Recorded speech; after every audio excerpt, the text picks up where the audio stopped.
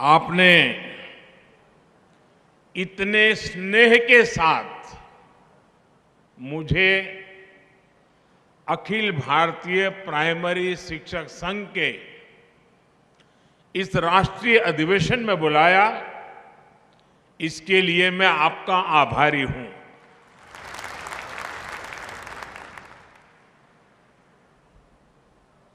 आजादी के अमृत काल में जब भारत विकसित होने के संकल्प के साथ आगे बढ़ रहा है, तो आप सभी शिक्षकों की भूमिका बहुत बड़ी है। गुजरात में रहते हुए मेरा प्राथमिक शिक्षकों के साथ मिलकर के राज्य की पूरी शिक्षा व्यवस्था को बदलने का अनुभव रहा है। एक जमाने में गुजरात में ड्रॉप आउट रेट, जैसा मुख्यमंत्री जी ने बताया, करीब करीब 40% आसपास हुआ करता था, और आज ये, जैसा मुख्यमंत्री जी ने बताया, 3% से भी कम रह गया है।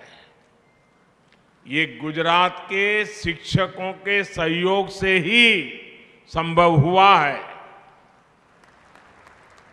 गुजरात में शिक्षकों के साथ मेरे जो अनुभव रहे, उसने राष्ट्रीय स्तर पर भी नीतियां बनाने में, पॉलिसी फ्रेमवर्क में हमारी काफी मदद की है। अब जैसे रूपाला जी बता रहे थे, स्कूलों में शौचालय न होने के कारण बड़ी संख्या में बेटियां स्कूल छोड़ देती थी। इसलिए हमने विशेष अभियान चलाकर स्कूलों में बेटियों के लिए अलग शौचालय बनवाए। यहां गुजरात में तो एक जमाने में पूरे आदिवासी बेल्ट में, गुजरात का पूरा पूर्वी छोर जो है वो हमारे आदिवासी बंधुओं का बसेरा है एक प्रकार से। उस पूरे इलाके में, उमरगाम से अंबाजी, साइंस स्ट्रीम की पढ़ाई ही नहीं होती थी। आज शिक्षक न केवल वहां साइंस पढ़ा रहे हैं, बल्कि मेरे आदिवासी नौजवान बेटे बेटियां डॉक्टर और इंजीनियर भी बन रहे हैं।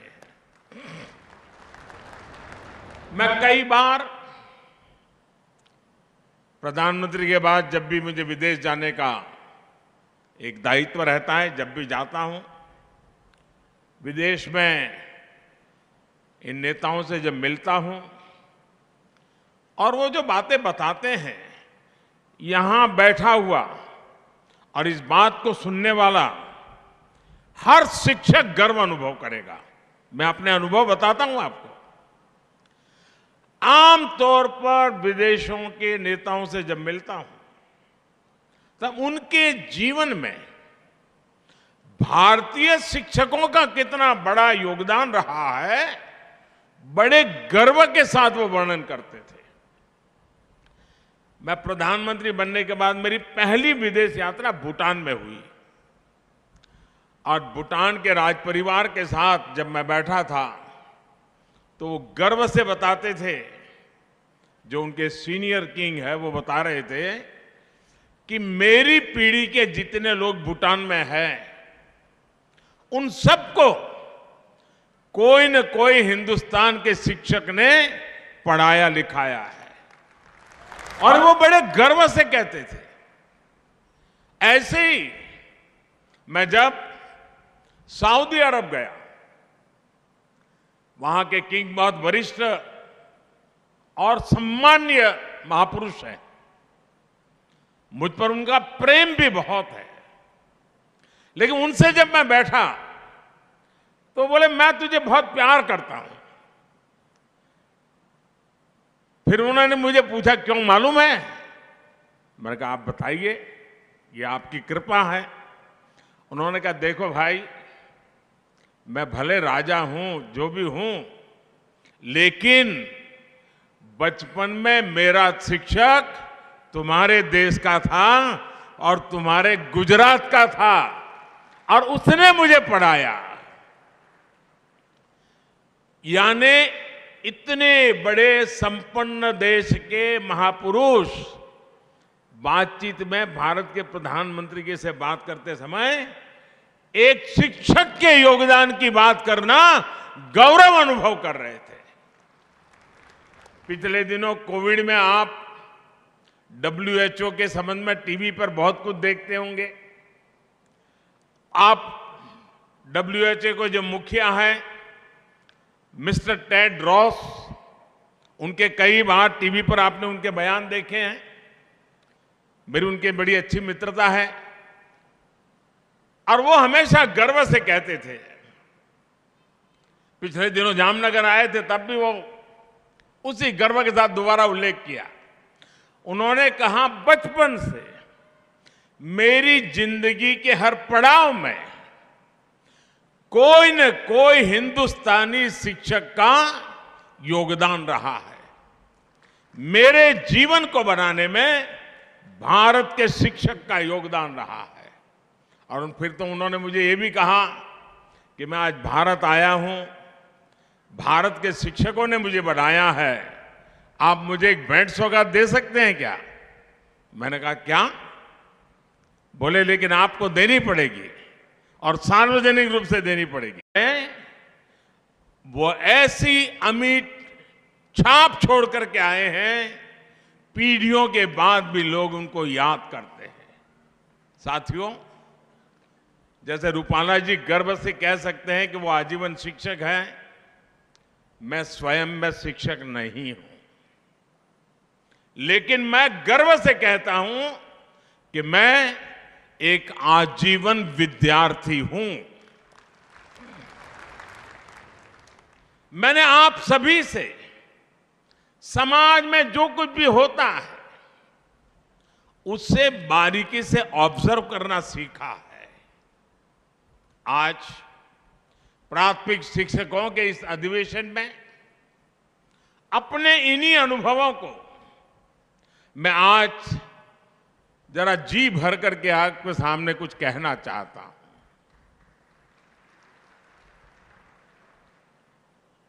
21वीं सदी में तेजी से बदलते हुए इस समय में भारत की शिक्षा व्यवस्था बदल रही है, शिक्षक बदल रहे हैं, छात्र भी बदल रहे हैं। ऐसे में इन बदलती हुई परिस्थितियों में हम कैसे आगे बढ़े, ये बहुत अहम हो जाता है। जैसे हमने देखा है, पहले के टीचर्स के सामने संसाधनों की कमी, इंफ्रास्ट्रक्चर का अभाव जैसी कई चुनौतियां होती थी और तब छात्रों की तरफ से कोई खास चुनौती नहीं होती थी। आज टीचर्स के सामने से संसाधन और सुविधाओं की जो कमी थी, वो जो समस्याएं थी, वो धीरे धीरे दूर हो रही है। लेकिन आज की पीढ़ी के बच्चे, छात्र, उनकी जो जिज्ञासा है, उनका जो कौतूहल है, वे माँ बाप के साथ साथ टीचर्स के लिए भी एक बहुत बड़ी चुनौती, एक चैलेंज लेकर आया है। ये छात्र आत्मविश्वास से भरे हुए हैं, ये छात्र नीडर हैं और उनका स्वभाव 8 साल की उम्र का, 9 साल की उम्र का छात्र भी टीचर को चुनौती देता है। वो शिक्षा के पारंपरिक तौर तरीकों से कुछ नई चीजें उससे पूछता है, बात करता है। उनकी जिज्ञासा शिक्षकों की चुनौती देती है और वो पाठ्यक्रम और विषय से बाहर जाकर उनके सवालों को जवाब दे। यहां बैठे हुए वर्तमान टीचर वर्तमान बच्चों से रोज अनुभव करते होंगे। वो ऐसे सवाल लेकर के आते होंगे, आपको भी बड़ा मुश्किल हो जाता होगा। छात्रों के पास इंफॉर्मेशन के अलग अलग स्रोत है, इसने भी शिक्षकों के सामने खुद को अपडेट रखने की चुनौती पेश की है। इस चुनौतियों को एक टीचर कैसे हल करता है, इस पर हमारी शिक्षा व्यवस्था का भविष्य निर्भर करता है। और सबसे अच्छा तरीका यह है कि इन चुनौतियों को पर्सनल और प्रोफेशनल ग्रोथ के अवसर के तौर पर देखा जाए। ये चुनौतियां हमें लर्न, अनलर्न और रीलर्न करने का मौका देती है। इन्हें हल करने का एक तरीका यह है कि शिक्षण के साथ साथ स्वयं को छात्र का गाइड और मेंटर भी बनाएं। आप भी जानते हैं कि गूगल से डेटा मिल सकता है, लेकिन डिसीजन तो खुद ही लेना पड़ता है। एक गुरु ही छात्र को गाइड कर सकता है कि वो अपनी जानकारियों का सही उपयोग कैसे करे। टेक्नोलॉजी से इंफॉर्मेशन मिल सकती है, लेकिन सही दृष्टिकोण तो शिक्षक ही दे सकता है। सिर्फ एक गुरु ही बच्चों को यह समझने में मदद कर सकता है कि कौन सी जानकारी उपयोगी है और कौन सी नहीं है। कोई भी टेक्नोलॉजी किसी विद्यार्थी की पारिवारिक स्थिति को नहीं समझ सकता। एक गुरु ही उसके हालात को समझकर उसे सभी मुश्किलों से बाहर निकलने के लिए प्रेरित कर सकता है। इसी तरह दुनिया की कोई भी टेक्नोलॉजी ये नहीं सिखा सकती कि किसी विषय की गहराई में जाकर उसे कैसे समझे, डीप लर्निंग कैसे करें। जब इंफॉर्मेशन की भरमार हो, इंफॉर्मेशन के पहाड़ खड़े हो जाते हैं, तो छात्रों के लिए ये महत्वपूर्ण हो जाता है कि वो कैसे एक चीज पर अपना ध्यान केंद्रित करें। डीप लर्निंग और उसे लॉजिकल कंक्लूजन तक पहुंचाना, ये बहुत महत्वपूर्ण है।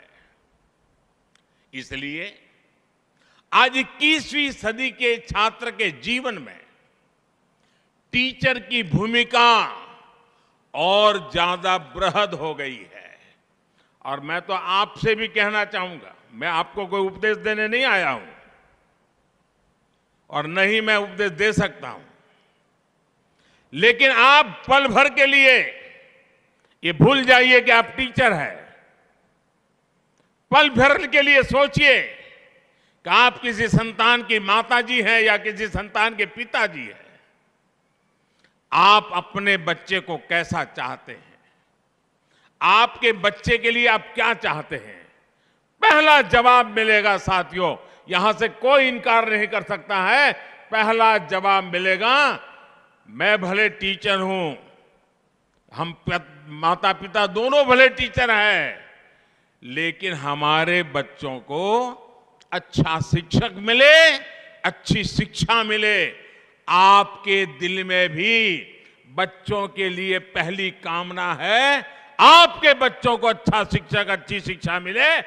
जो कामना आपके दिल में है, वही कामना हिंदुस्तान के कोटि कोटि माता पिता के दिल में भी है। जो आप अपने बच्चों के लिए चाहते हैं, वो हिंदुस्तान का हर माँ बाप अपने बच्चों के लिए चाहता है और वो आपसे उम्मीद करता है। साथियों, इस बात को हमेशा ध्यान में रखिए कि विद्यार्थी आपसे, आपकी सोच से, आपके रोजमर्रा के व्यवहार से, आपकी बोलचाल से, आपके उठने बैठने के तरीके से वो बहुत कुछ सीखता रहता है। आप जो पढ़ा रहे हैं और छात्र जो आपसे सीख रहा है, उसमें कभी कभी बहुत अंतर होता है। आप सोचते होंगे कि आप गणित, विज्ञान, इतिहास या कोई अन्य विषय पढ़ा रहे हैं, लेकिन छात्र आपसे सिर्फ वो विषय नहीं सीख रहा, वो ये भी सीख रहा है कि अपनी बात कैसे रखनी चाहिए। वो आपसे धैर्य रखने, दूसरों की मदद करने जैसे गुण भी सीख रहा है। आपको देखकर ही वो सीखता है कि सख्त छवि रखकर भी स्नेह कैसे जताया जा सकता है। निष्पक्ष रहने का गुण भी उसे शिक्षक से ही मिलता है। इसलिए प्राइमरी एजुकेशन का रोल बहुत इंपॉर्टेंट होता है। छोटे बच्चों के लिए टीचर परिवार से बाहर वो पहला व्यक्ति होता है जिसके साथ वो सबसे ज्यादा समय बिताता है। इसलिए आप सभी में इस दायित्व का एहसास भारत की आने वाली पीढ़ियों को बहुत मजबूत करेगा। साथियों, अभी आप जिन स्कूलों में कार्यरत हैं, वहां नई राष्ट्रीय शिक्षा नीति या तो लागू हो चुकी होगी या फिर लागू होने वाली होगी। और मुझे गर्व है कि इस बार जो राष्ट्रीय शिक्षा नीति बनी है, देश के लाखों शिक्षकों ने उसको बनाने में कंट्रीब्यूशन किया है। शिक्षकों के परिश्रम में से ये पूरी शिक्षा नीति बन पाई है और इसके कारण सर्वदूर उसका स्वागत हुआ है। आज भारत 21वीं सदी की आधुनिक आवश्यकताओं के मुताबिक नई व्यवस्थाओं का निर्माण कर रहा है। इन नई राष्ट्रीय शिक्षा नीति इसी को ध्यान में रखते हुए बनाई गई है। हम इतने वर्षों से स्कूलों में पढ़ाई के नाम पर अपने बच्चों को केवल किताबी ज्ञान दे रहे थे। नई राष्ट्रीय शिक्षा नीति उस पुरानी अप्रासंगिक व्यवस्था को परिवर्तित कर रही है। राष्ट्रीय शिक्षा नीति प्रैक्टिकल पर है, आधारित है। अब जैसे आपको और टीचिंग और लर्निंग, अब कहा जाता है टीचिंग का कालखंड पूरा हो गया, अब लर्निंग के ही द्वारा शिक्षा को आगे बढ़ाना है। अब जैसे आपको मिट्टी के बारे में कुछ बताना है, चाक के बारे में कुछ सिखाना है, अगर आप बच्चों को लेकर कुम्हार के घर जा सकते हैं, आप कुम्हार के घर जाएंगे तो उन्हें बहुत सी चीजें देखने को मिलेगी। किन परिस्थितियों में कुम्हार रहते हैं, कितनी मेहनत करते हैं, एक व्यक्ति गरीबी से बाहर आने के लिए कितने प्रयास कर रहा है, और इससे बच्चों में संवेदनशीलता जगेगी। मिट्टी से कैसे सुराही बनती है, मटके बनते हैं, घड़े बनते हैं, बच्चे ये सब देखेंगे। अलग अलग तरह की मिट्टी कैसी होती है, ये सारी चीजें प्रत्यक्ष नजर आएगी। ऐसी प्रैक्टिकल अप्रोच राष्ट्रीय शिक्षा नीति का बहुत प्रमुख तत्व है। साथियों, अनोखे प्रयोग करने वाले और टीचिंग और लर्निंग का डिबेट तो इन दिनों सुनने को मिलता है, लेकिन मैं अपने बचपन की एक घटना आपको बताता हूं। मुझे मेरे अपने एक शिक्षक याद आ जा रहे हैं, मेरे प्राइमरी शिक्षक। वो शाम को जब स्कूल से घर जाना होता था तो बच्चों को कुछ न कुछ काम देते थे, और होमवर्क वाला नहीं, कुछ और ही काम देते थे। जैसे वो कहते थे, अच्छा भाई तुम ऐसा करना, कल 10 चावल लेकर के आ जाना। दूसरे को कहते थे तुम 10 मूंग के दाने ले आना। तीसरे को कहते थे तुम तूर की दाल 10 लेके आना। चौथे को कहते थे तुम 10 चने ले आना। हरे से कुछ न कुछ ऐसा 10-10 मंगवाते थे। उस बच्चा घर जाते याद रखता था, मुझे 10 लाना है, 10 लाना है, 10 नंबर फिक्स हो जाता था। फिर मुझे गेहूं लाना है कि चावल लाना है, तो उसके दिमाग में घर जाते पहले अपनी माँ से कह देता था, मुझे कल टीचर ने कहा ये ले जाना है। सुबह तक उसके दिमाग में वो चावल और 10, चावल और 10 ये बना रहता था। लेकिन क्लास में जब हम जाते थे तो हमारे टीचर उन सबको इकट्ठा कर देते थे और फिर सबको कहते थे, अलग अलग लोगों को, अच्छा भाई तुम ऐसा करो, इसमें से 5 मूंग निकालो। दूसरे कहते तो तुम 3 चने निकालो।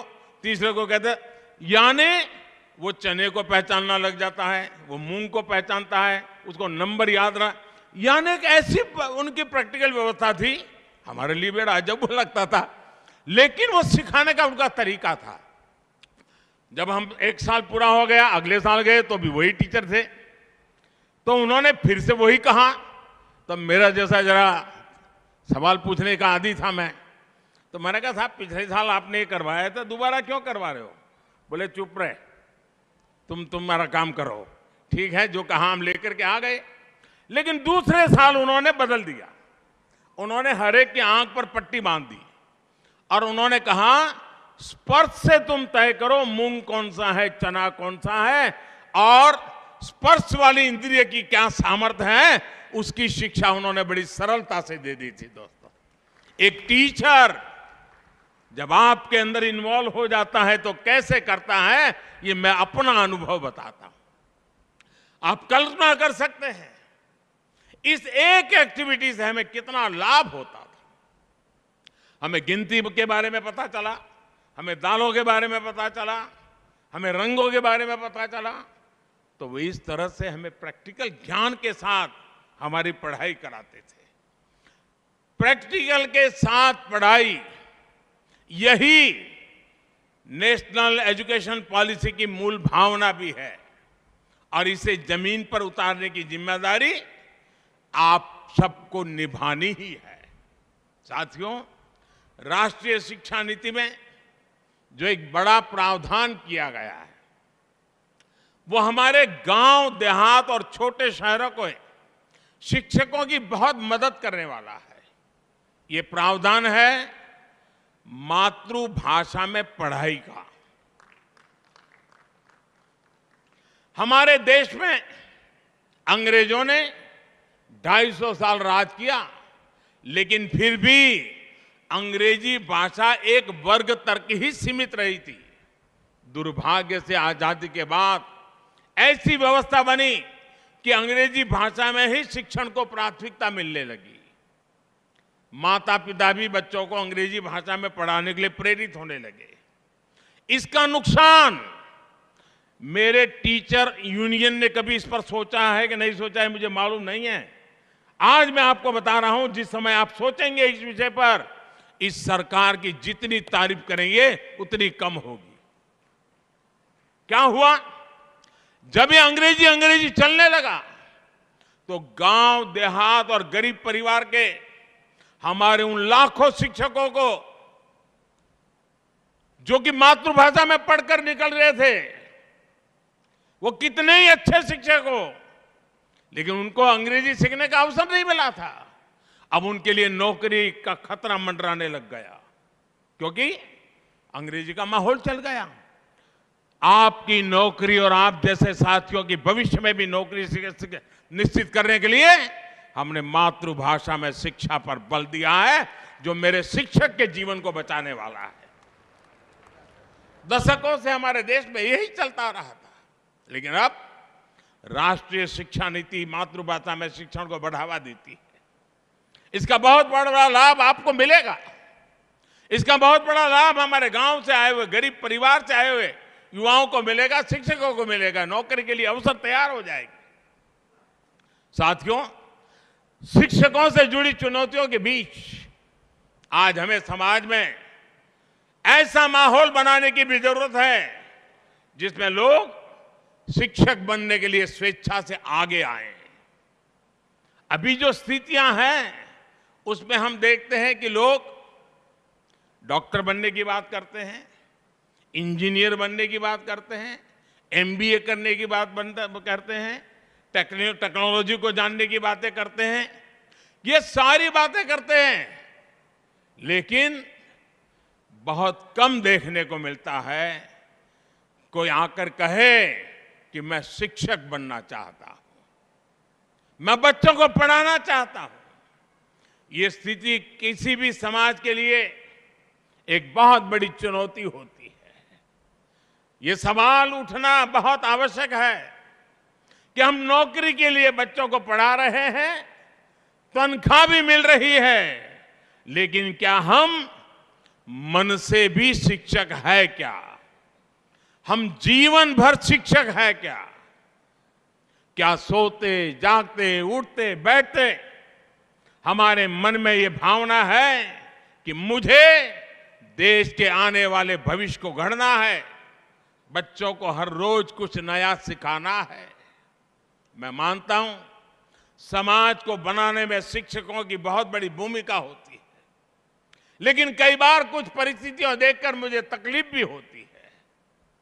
मैं आप बताऊंगा, आप भी मेरी तकलीफ समझ पाएंगे। मैं कभी कभी, क्योंकि मेरे मन में, जैसे अभी रूपाला जी ने वर्णन किया ना, मैं मुख्यमंत्री बना तो मेरी दो इच्छाएं थी, व्यक्तिगत दो इच्छाएं।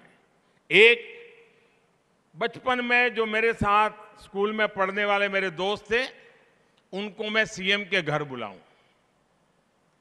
क्योंकि मैं एक परिव्राजक था, मेरा नाता सबसे टूट चुका था, 3 दशक बीच में बीत गए थे, तो मेरा मन कर गया कि उन पुराने दोस्तों को याद करूं। और दूसरी मेरी इच्छा थी कि मेरे सभी टीचर्स को मैं अपने घर बुलाऊं और उनका सम्मान करूं। और मुझे खुशी है कि उस समय जब मैंने मेरे टीचर्स को बुलाया, एक टीचर की उम्र 93 थी।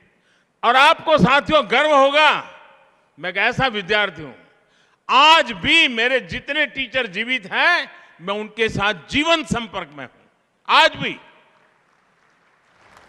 लेकिन आजकल मैं क्या देख रहा हूं, अगर मैं कहीं कोई शादी का निमंत्रण देने आता है या किसी शादी ब्याह में जाता हूं तो मैं उनको पूछता हूं, वो कितना ही बड़ा आदमी होगा, मैं उसको पूछता हूं, अच्छा भाई तुम्हारी शादी हो रही है, तुम्हारी जिंदगी एक बड़ा महत्वपूर्ण अवसर है, क्या तुमने अपने किसी टीचर को शादी में निमंत्रण दिया है क्या? 100 में से 90% कोई मुझे कहता नहीं कि मैंने टीचर को बुलाया है। और जब मैं सवाल पूछता हूं, लोग इधर उधर देखने लग जाते हैं।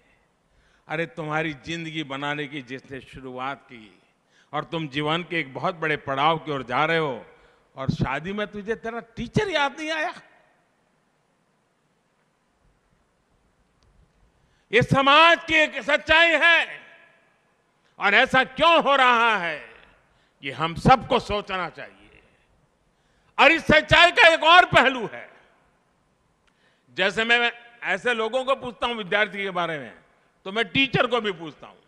मैं बहुत से शिक्षकों के कार्यक्रम में जाना पसंद करता रहा हूं, बहुत सालों से जाता रहता हूं, तो मैं उनको जरूर मिलता हूं तो पूछता हूं। मैं छोटे छोटे स्कूल के कार्यक्रम में भी जाता हूं और उनके टीचर्स रूम में बैठ करके उनसे पूछता हूं। मैं पूछता हूं भाई अच्छा बताओ भाई, आप 20 साल से टीचर हो, कोई 25 साल से टीचर हो, कोई 12 साल से टीचर हो, आप मुझे 10 विद्यार्थियों के नाम बताइए, अपने जीवन काल के 10 विद्यार्थियों के नाम बताइए जो आज जीवन में इतनी ऊंचाई को प्राप्त किया है कि आपको गर्व हो रहा है कि वो आपका विद्यार्थी था और उसका जीवन सफल हुआ है।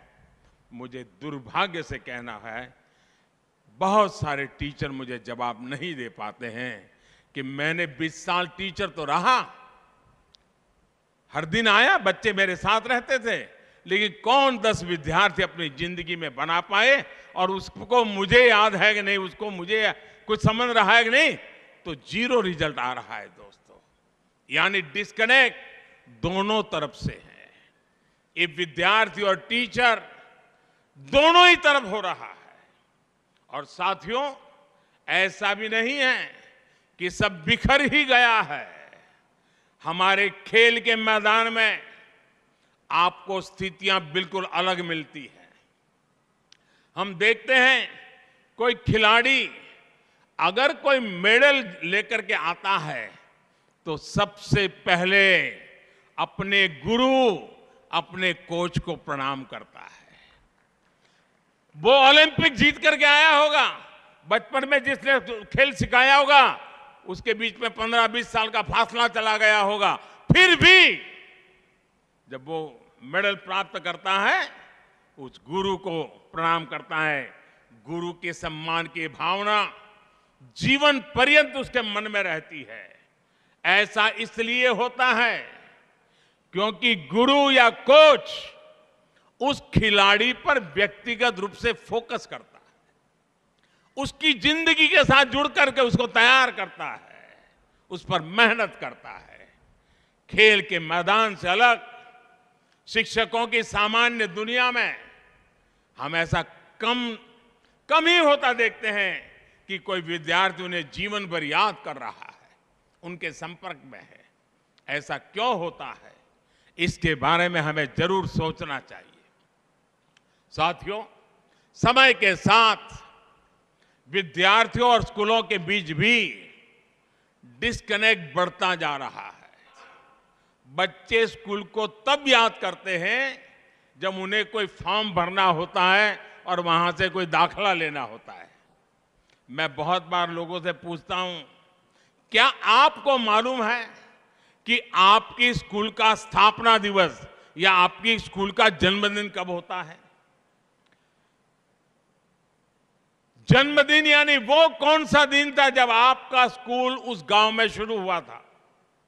और मेरा जो अनुभव रहा है कि बच्चों को या स्कूल की मैनेजमेंट को या टीचर को किसी को पता नहीं होता कि जिस स्कूल में वो नौकरी कर रहे हैं या जिस स्कूल में वो पढ़े थे वो स्कूल कब शुरू हुई थी। ये जानकारी नहीं होती है भाई।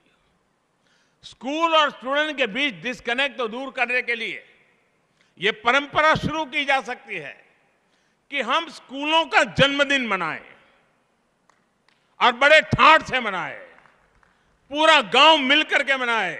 और इसी बहाने आप उस स्कूल में से पढ़ करके गए सब पुराने लोगों को इकट्ठा कीजिए, पुराने सब टीचर्स को इकट्ठा कीजिए।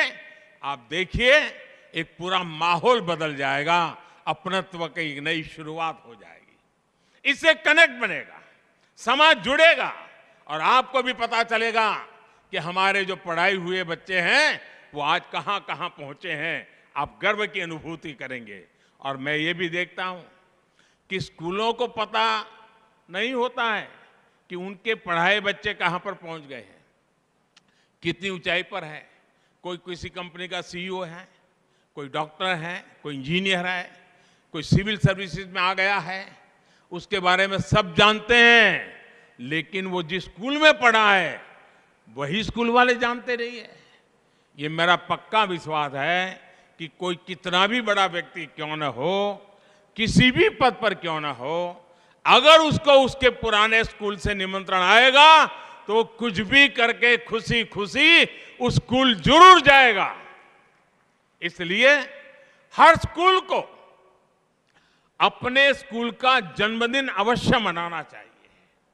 साथियों, एक बहुत अहम विषय फिटनेस और स्वास्थ्य का भी है, हाइजीन का भी है। ये सब विषय आपस से जुड़े हुए हैं। बहुत बार मैं देखता हूं कि बच्चों का जीवन इतना शिथिल हो गया है कि पूरा दिन निकल जाता है, कोई शारीरिक एक्टिविटी नहीं होती है, या तो डिजिटली मोबाइल पे बैठा है या टीवी के सामने बैठा है। मैं कभी कभी स्कूलों में जाता था तो बच्चों को पूछता था, अच्छा भाई कितने बच्चे हैं जिनको दिन में 4 बार पसीना होता है बताइए। बहुत बच्चों को तो मालूम ही नहीं पसीना क्या होता है। बच्चों को पसीना नहीं आता क्योंकि उनको खेलने का कोई रूटीन ही नहीं है। ऐसे में उनका सर्वांगीण विकास कैसे होगा? आप सभी जानते हैं सरकार बच्चों के पोषण पर कितना फोकस कर रही है। सरकार मिड डे मील की व्यवस्था करती है। अगर भावना ये होगी कि किसी तरह खाना पूरी कर देनी है, कागजों में से सब ठीक रहना है, तो पोषण को लेकर चुनौतियां आती रहेगी। मैं उसको दूसरे तरीके से देखता हूं दोस्तों। बजट तो सरकार देती है, लेकिन हम वो देश के लोग हैं जहां पर कोई भी अगर छोटा सा भी अन्न क्षेत्र चलाता है और वहां कोई भी व्यक्ति आता है तो उसको खाना मिल जाता है, समाज उसके प्रति बड़े गर्व से देखता है, बड़ी श्रद्धा से देखता है। आज हम लंगर की बात करें, आज लंगर के प्रति बड़ी श्रद्धा से देखा जाता है। आज हम देखें कोई भंडारा होता है, लोगों को खिलाते हैं, बड़ी श्रद्धा। क्या हमें नहीं लगता है कि हमारी स्कूल में तो रोज भंडारा चल रहा है? उन बच्चों को खिलाने का आनंद, उनके मन को संस्कारित करने का आनंद और एक पवित्र भाव, सिर्फ उसके पेट में कुछ खाना जाता है वो इनफ नहीं है दोस्तों। हमें अनुभूति होनी चाहिए कि देखिए ये पूरा समाज, तुम भूखे न रहो इसके लिए कितना कुछ कर रहा है उन बच्चों के जीवन के साथ। और मैं तो मानता हूं डेली गांव के 2 वरिष्ठ लोगों को बुलाना चाहिए कि आज दोपहर को मिड डे मील में आइए, हमारे बच्चों को परोसिए और आप भी साथ में खाना खाइए। देखिए पूरा माहौल बदल जाएगा। यही मिड डे मील एक बहुत बड़ा संस्कार का कारण बन जाएगा। और उससे बच्चों को कैसे खाना, कितनी स्वच्छता से खाना, कुछ खाना खराब नहीं करना, कुछ फेंकने, सारे संस्कार उसके साथ जुड़ जाएंगे। शिक्षक के तौर पर जब हम खुद उदाहरण प्रस्तुत करते हैं तो उसका परिणाम बहुत शानदार आता है। मुझे याद है एक बार मैं सीएम रहते हुए यहां गुजरात के एक आदिवासी बाहुल जिले के स्कूल में गया था। अब मैं वहां गया, मैंने देखा जो बच्चे थे बड़े साफ सुथरे थे और हर एक के ऊपर एकदम, जो छोटे बच्चे थे, पिन से एक हैंडकरचिप लटका हुआ था। तो और उन बच्चों को सिखाया गया था कि उसको हाथ साफ करना है, नाक साफ करना है, और वो करते थे। और जब स्कूल पूरा होता था तो जो टीचर थी वो सब उनसे निकाल लेती थी, घर ले जाकर के धो करके दूसरे दिन ला करके फिर लगा देती थी। और मैंने जब जानकारी पाई, अपने यहाँ तो मालूम है, हमारे यहाँ गुजरात में तो खास है कि पुराने कपड़े बेच करके बर्तन लेते हैं, खरीदते हैं बर्तन। वो महिला गरीब थी लेकिन अपनी साड़ी बेचती नहीं थी, वो साड़ी को काट करके हैंडकरचिप बनाती थी और बच्चों को लगाती थी। अब देखिए एक शिक्षिका अपने पुरानी साड़ी के टुकड़ों से उस बच्चों को कितना संस्कार दे रही थी, जो उसकी ड्यूटी का हिस्सा नहीं था। उसने सेंस ऑफ हाइजीन, उस आदिवासी इलाके की मां की बात कर रहा हूं मैं, भाइयों बहनों, सेंस ऑफ हाइजीन। और मैं वैसे एक और स्कूल की बात मैं बताऊं, मैं एक स्कूल में गया तो स्कूल में झोपड़ी जैसी स्कूल थी, वो बड़ी स्कूल नहीं थी, आदिवासी क्षेत्र था। तो शीशा एक लगा था, मिरर लगा था, आईना, 2 बाय 2 का आईना होगा। उस टीचर ने नियम बनाया था, जो भी स्कूल आएगा पहले आईने के सामने 5 सेकंड खड़ा रहेगा, खुद को देखेगा, फिर क्लास में जाएगा। उस एकमात्र से प्रयोग से जो भी बच्चा आता था तुरंत उसके सामने अपना बाल ठीक करता था, उसका स्वाभिमान जग जाता था, उसको लगता था मुझे ऐसे रहना चाहिए। बदलाव लाने का काम टीचर कितना अद्भुत तरीके से करते हैं, ऐसे सैकड़ों उदाहरण हमारे सामने हैं। साथियों, आप कल्पना कर सकते हैं आपका एक छोटा सा प्रयास कितने बड़े परिवर्तन ला सकता है। मैं आपको कितने ही उदाहरण से सकता हूं जो मैंने खुद भी आप शिक्षकों के बीच रहते हुए देखे हैं, जाने हैं, सीखे हैं। लेकिन समय का अभाव है, इसलिए मैं अपनी बात को लंबा नहीं खींच रहा हूं। मैं मेरी वाणी को विराम देता हूं। मुझे विश्वास है हमारी परंपरा ने गुरु को जो स्थान दिया है, आप सभी उस गरिमा को, उस गौरव को उस महान परंपरा को आगे बढ़ाएंगे, नए भारत का सपना पूरा करेंगे। इसी विश्वास के साथ आप सभी का मैं बहुत बहुत धन्यवाद करता हूं और बहुत बहुत शुभकामनाएं देता हूं। नमस्कार।